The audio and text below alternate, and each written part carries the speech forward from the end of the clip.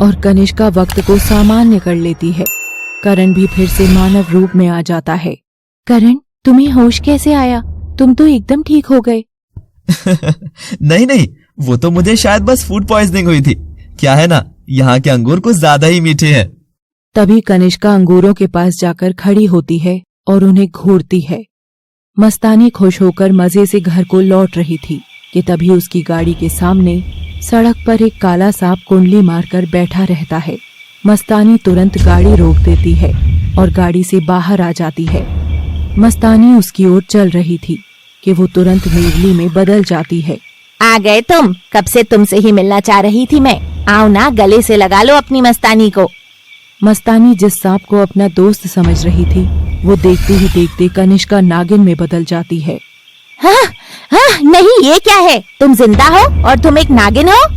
आखिर कौन हो तुम नेवली, और हमारी दुश्मन क्यों हो? मैं तो तुम्हें जानती भी नहीं थी।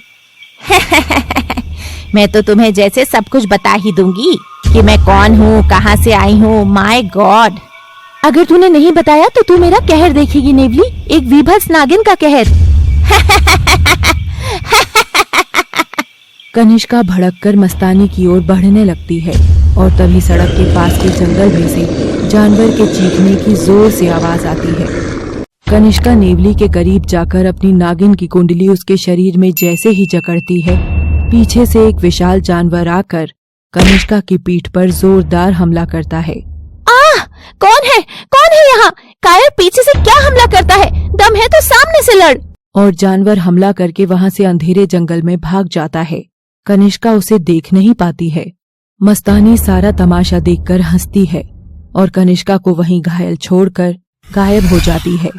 भाई, कनिष्क भैया, कहाँ हैं आप? तभी करण उड़ता हुआ उसके पास आता है। कनिष्का, ये क्या हो गया? आज का तो दिन ही मुश्किल है। ये तो किसी जंगली खूंखार जानवर का किया हुआ लगता है। हाँ करण, मंजिल मेरी आंखों के सामने ही थी। वो मस्तानी जो सारा खेल अपने इशारों पर नचा रही है, वो ठीक यहीं 2 कदम दूर थी मुझसे कि तभी ये हमला। ये अंधेरे जंगल ने बहुत कुछ छिपा रखा है हमसे करण, बहुत कुछ। खंडर के बाहर बैठा काला नाग नीलम को वहाँ से बाहर आता देख झाड़ियों में चला जाता है और नीलम हवेली लौट आती है तो कनिष्क को बिस्तर में सोया हुआ देखकर उसके पास जाती है और करवट लेकर सो जाती है। कार्तिक भी रात भर करवटें ही बदल रहा था। वो आवाज, वो वीरानियत में रोती आंखें, सिसकती आहें, वो क्या सच में वही नीलम थी जो दिन में रानी बनकर घूमती है? अगले दिन कार्तिक वहाँ जाने के लिए तैयार हो रहा था। तभी कनिष्का उसके पास आती है। कार्तिक, आज नायशा नहीं, तुम्हारे साथ मैं जाऊंगी।